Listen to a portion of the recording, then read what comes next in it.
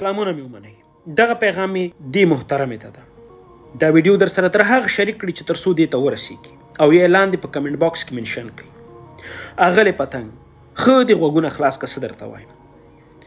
که چیرې د افغانستان ملي بیرغ د افغانستان ملي هویت په خپل کور کې په قدر او په عزت په دیوال نسي ټومبلی نو مهرباني وکړه لکه خپل پرتوګ غوندې په المارۍ کې مه غورځوه. تاسو وطنوالو کتلی سي دا تصویر. دویمه خبره تا ته وایم او ستا په څېر نور برګر او سینډویچ مسلمانانو ته وایم چې ناست یې په خارج کې ستاسو په اړه ما زر ویډیوګانې جوړې کړي او زه به نور هم جوړم.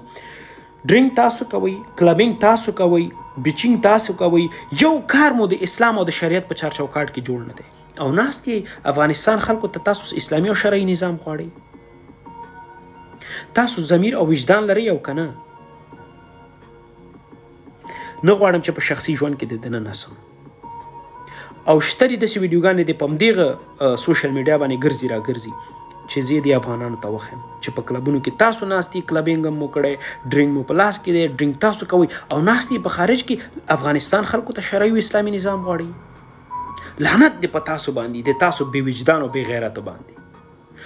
ما ویلي زموږ اساسي مشکل له دو سره ده. طالبان خو دي، له طالبانو زیات مشکل دوی موږ ته جوړ کړی ځکه دوی ټول ورځ ناست په خارج کې طالبان ته لابي کوي. لعنت دې په تاسو باندې بې وجدان.